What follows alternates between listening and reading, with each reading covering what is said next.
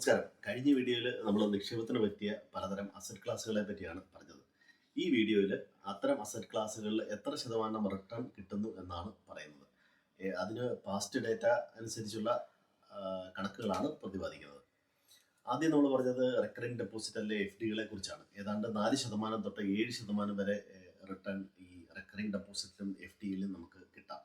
അപ്പോൾ പ്രധാനമായും public sector bank, private bank, cooperative bank, post office അങ്ങനെയുള്ള സ്ഥാപനങ്ങൾ നൽകുന്ന FD ഒക്കെ നമുക്ക് ഉപയോഗിക്കാം.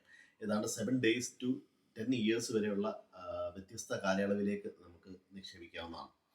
പിന്നെ രണ്ടാമത് പറഞ്ഞത് ഫിക്സഡ് ഇൻകം ഇൻവെസ്റ്റ്മെൻ്റ് ആണ്. അത് ബോണ്ട് ഫണ്ടുകളാവാം, മണി മാർക്കറ്റ് ഫണ്ടുകളാവാം, കോർപ്പറേറ്റ് ബോണ്ടുകളാവാം, മുനിസിപ്പൽ ബോണ്ടുകളാവാം, സർട്ടിഫിക്കറ്റ് ഓഫ് ഡെപ്പോസിറ്റ് ആവാം, ഹൈ ഈൽഡ് ബോണ്ട് ആവാം, അതുപോലെ ഡെറ്റ് മ്യൂച്വൽ ഫണ്ടിൽ നിക്ഷേപിക്കാം, നാഷണൽ സേവിങ്സ് സർട്ടിഫിക്കറ്റ്, ഇത്തരത്തിലുള്ള പലതരം ഫിക്സഡ് ഇൻകം ഇൻവെസ്റ്റ്മെൻറ്റുകൾ മാർക്കറ്റിൽ അവൈലബിൾ ആണ്. ഏകദേശം 8 തൊട്ട് 8.5% വരെ റിട്ടേൺ ആണ് ഇത്തരം ഫിക്സഡ് ഇൻകം ഇൻവെസ്റ്റ്മെൻറ്റുകൾ നമുക്ക് നൽകുന്നത്.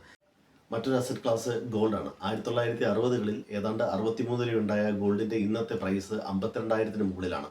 കഴിഞ്ഞ 5 വർഷം കൊണ്ട് ഗോൾഡ് ഏതാണ്ട് 90% റിട്ടേണും കഴിഞ്ഞ വർഷം ഏകദേശം 20% റിട്ടേണും ഗോൾഡ് നൽകിയിട്ടുണ്ട്. മറ്റൊരു അസറ്റ് ക്ലാസ് മ്യൂച്വൽ ഫണ്ടാണ്. എല്ലാവർക്കും അറിയാവുന്നതാണ്. SIP പോലെയുള്ള വ്യത്യസ്തങ്ങളായ നിക്ഷേപ രീതി കൊണ്ട് വളരെ ഫേമസ് ആയതാണ് മ്യൂച്വൽ ഫണ്ട്.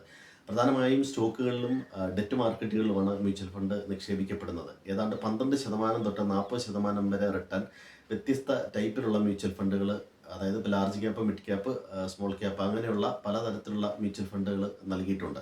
അടുത്ത അസറ്റ് ക്ലാസ് റിയൽ എസ്റ്റേറ്റ് ആണ്. നമുക്കറിയാം അർബൻ, സെമി അർബൻ ഏരിയകളിലുള്ള വില വ്യത്യാസവും കേരളത്തിന് പുറത്ത് റിയൽ എസ്റ്റേറ്റ് കുറച്ചുകൂടെ വിലവർദ്ധനവ് ഉണ്ട്. പക്ഷേ കേരളത്തിൽ അത്രയും റിയൽ എസ്റ്റേറ്റിനൊരു ഇപ്പോഴും ഒരു ബൂമായിട്ടില്ല.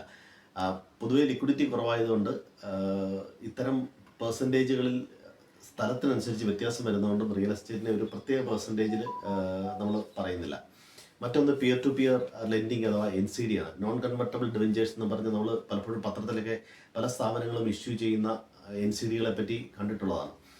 അതിനകത്ത് അത്തരം ഇൻസ്ട്രുമെൻറ്റുകൾ പ്രധാനമായും 8 to 11% വരെ റിട്ടേൺ നൽകുന്നുണ്ട്. അടുത്ത അസറ്റ് ക്ലാസ് സ്റ്റോക്ക് മാർക്കറ്റാണ്. കൊറോണയ്ക്ക് ശേഷം സ്റ്റോക്ക് മാർക്കറ്റിൽ ഇൻവെസ്റ്റ് ചെയ്യുന്ന ആൾക്കാരുടെ എണ്ണം വളരെയധികം കൂടിയിട്ടുണ്ട്. ഡയറക്റ്റ് സ്റ്റോക്കിൽ ഇൻവെസ്റ്റ് ചെയ്യുന്നത് ഒരുപക്ഷെ നല്ല റിസ്ക്കുള്ള നിക്ഷേപ രീതിയാണെങ്കിൽ തന്നെ നമുക്ക് നല്ല റിട്ടേണും സ്റ്റോക്ക് മാർക്കറ്റ് നൽകാറുണ്ട്. നമ്മൾ ബെഞ്ച് മാർക്കിൻ്റെ പെർഫോമൻസ്, അതായത് നിഫ്റ്റി സെൻസെക്സിൻ്റെ പെർഫോമൻസ് നമ്മൾ പരിഗണിച്ചാൽ 2004-2024 തൊട്ട് ഏതാണ്ട് 15% റിട്ടേൺ നിഫ്റ്റി സെൻസെക്സ് എന്ന ഓഹരി സൂചികൾ നൽകിയിട്ടുണ്ട്.